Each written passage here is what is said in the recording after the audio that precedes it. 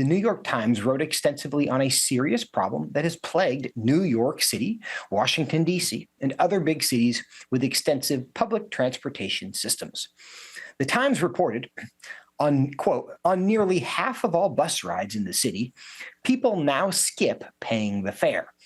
As a result, about 1 million riders ignore the bus system's most basic rule every weekday, end quote.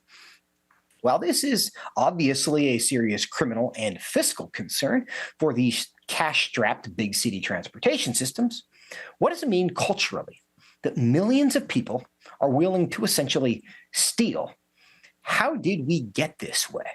And what does it mean for the future of our cities, of our country, and ultimately of our civilization? Joining me today for the weekly Worldview segment is David Closson, who is the director of the Center for Biblical Worldview at Family Research Council. David, good to see you again. Hey, great to be with you, Joseph. Well, David, I know you know something about big city transportation. I'm sure you've seen it in the D.C. metro stop going to and from the office. Why are so many people, as this report details, 1 million people a day in New York, that's just one city, willing to use a service that they know they're supposed to pay for and decide, I'm not going to pay for it anyway because nobody's going to make me? What's going on? Yeah, at one level, Joseph, people know that they can do it and get away with it, so they do it. But this story is so interesting, Joseph, and just maybe kind of to set the stage, I think it's interesting for multiple perspectives. Just the sheer scale of this. So you mentioned it's about 1 million people a day who are not paying to ride the bus in New York City. That's about 47.8% of the folks who ride the bus daily. So right at half, 1 out of every 2 people. This is costing the Transportation Authority $315 million for the year. And what's interesting, Joseph, some of the reporting also says it's about 14% of people who ride the subway also evade paying the fare. It's a little bit more tricky to avoid it in the subway, but that also costs the city $285 million. And what's interesting, Joseph, is the numbers have surged just in the last couple of years. Right before the COVID-19 pandemic, it was about 25%, 1 out of every 4 bus riders didn't pay. And again, now just in the last couple of years, that skyrocketed to about 1 out of every 2. About 2 million people every day in New York ride the bus, and about 1 million a day simply do not pay. Yeah, I think the people evading the fare at the subway are the athletes because they, in fact, have to jump over the turnstile. And most Americans, this is a different cultural problem, don't have the ability to leap over a turnstile in a subway system. But, David, more seriously, we have actually seen a lot of these same cities in recent years decriminalize theft specifically. And they'll say, hey, we're not even going to respond to reports of theft if, for example, it's less than $1,000. Now, a bus fare is much less than $1,000. We're talking, $1 or $2, maybe. When we have, as the public has observed their elected officials take those steps and say, hey, these petty theft, quote unquote, crimes aren't worth prosecuting, aren't worth enforcing. Is that part of what the public is hearing? That I guess it's not that big of a deal if I just take what I want? Absolutely, Joseph. And the fare actually is $2.90. So again, this is not breaking the bank for really most New Yorkers. But one thing that you and I have talked about before is our law is inherently pedagogical. Our law tells people, communicates to people what is right, what is wrong, what is righteous, what is unrighteous. And in these big cities, and we've seen this over several years, increasingly, even though the rules are in place, the law's on the book, so to speak, it's not enforced. So what does that communicate to people? It communicates to people this isn't that big of a deal. What is it? It's only $2 anyway. This can't really impact someone's life. Well, I think this gets to a really important principle, Joseph, that I think, especially as Christians, we want to take every thought captive to the Lord Jesus. This speaks to a Christian principle of order. Christians are people that believe in order. We believe there's a creation order. In the opening pages of Genesis, we see that God has made an orderly world. You read the 6 days creation account where God is creating and putting things together. There's order to that. There's design to that. And then so the first task that he gives the man in the garden is to name the animals. Again, you see order is an intrinsic part of a Christian worldview. But again, I think as increasingly as we get away from that basic worldview that has been so much a part of Western civilization, you go from order to disorder, and eventually you go from disorder to anarchy. And I think this does speak to where we are moving as a culture, where there's just a flagrant disregard for the rule of law and for just a basic principle of order and a respect for the authority. Yeah, to be sure, it does have to do with order, but it's not order in the sense that, the spice rack is alphabetized and everything's organized and I know how to find it, right? There's one kind of order where it's just organized. But what we're talking about here is really kind of even more fundamental than that, I think. And it's integrity. It's the belief that it's a respect of other people's property. And it's this idea that I will do the right thing, even if no one makes me. And there's some other examples that we see. We're talking about bus fares right now, which are actually not visible to people. But one way that people have visibly noticed the erosion of social trust in America is when we go to so many of our stores. You go to a drugstore and you can't buy deodorant anymore. You've got to go get a clerk to open a case with a key and then carry the deodorant to the counter for you. Then you pay for it. Then they give you the deodorant. That hasn't always been that way because there was this general ability to trust the public that though they had access to items on the shelf, they wouldn't just take them and steal them without paying for them because they understood that's wrong. And I don't do those things because I'm a decent individual and I don't steal from people all the time, right? That ability to trust our neighbor has clearly eroded. What does that mean for us moving forward if that trend continues, David?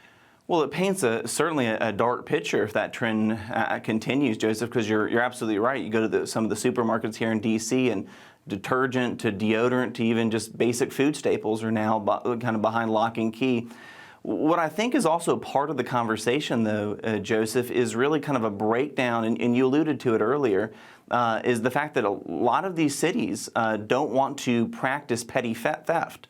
They don't want to prosecute it. They don't want to go after it. What's interesting, when I was reading one of the New York Times articles about this, and some of the authorities who are actually in charge of enforcing the law, Joseph, said they realize this is sensitive because if you kind of go after people who are evading the fares, well, who are some of these people evading the fares? They're minorities, they're the poor, and we don't really want to weaponize the government, so to speak, as the language they're using against kind of these people that are kind of they see almost in victim classes.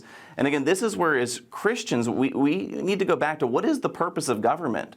I'm a small C conservative, Joseph. I think government should be small. I think it's a problem that government has its tentacles in so many things. But again, I think it's important for us as Christians to actually affirm the rule of law. Paul in Romans 13, this is kind of the key text for how we think about the purpose and the nature of government.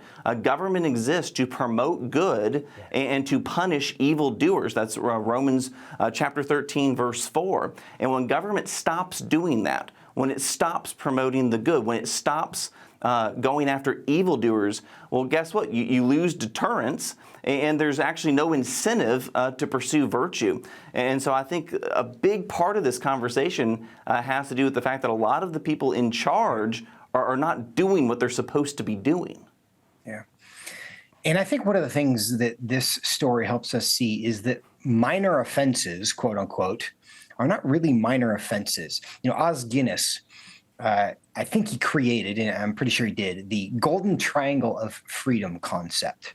And he describes the connection between virtue, freedom, and religion. And the idea is that you cannot be free without virtue. Why can you not be free without virtue? Because if people cannot control themselves, if they are not self-controlled, they must be controlled by someone else, and that's always the government. So if you want civil freedom, if you want the right to make your own decisions, you have to be trusted to be able to make good decisions. And of course, you can't be virtuous unless you have religion. And the freedom of religion and flourishing religious societies require freedom, right? So it's this kind of cycle. All the three legs of a same stool, they all depend upon each other. And Americans have been the beneficiaries of generally virtuous societies for a long time, where we could have the expectation that my neighbor wasn't going to steal something that wasn't locked down. Now, I have good friends from South Africa. And that is a culture that is a very low trust society. And they describe it as like constant trauma. Almost every house there has actually been home invaded. All of the residential neighborhoods have fences and barbed wire around them because they understand that their neighbors, there are always people roaming the streets looking for ways to break into homes.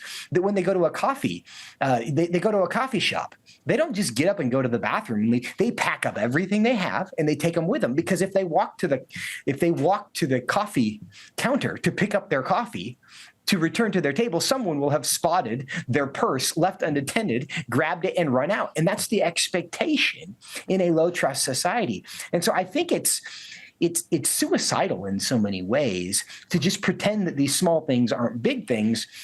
And in large part, I think we do that because we don't really have a sense of how much worse it can be when a society is just not virtuous. No, I think you're right, Joseph, and to kind of also to connect this to what we've been tracking here at FRC with the lower and lower incidences of biblical worldview, going back to that triangle you just mentioned, which a key point of that triangle is religion. This goes back to the founding, all the different quotes about the structure that we have is not meant for anybody but a religious people. But our colleague George Barna, a decade ago, it was 10% of our fellow Americans had a biblical worldview, meaning that their behaviors and their beliefs were largely concurrent what you find in God's revealed truth. A couple years ago, when we did a national survey, that number dropped down to 6%. And I think earlier this year, George has revised those numbers and said it's actually about 4% of Americans have what you would again call a consistent biblical worldview.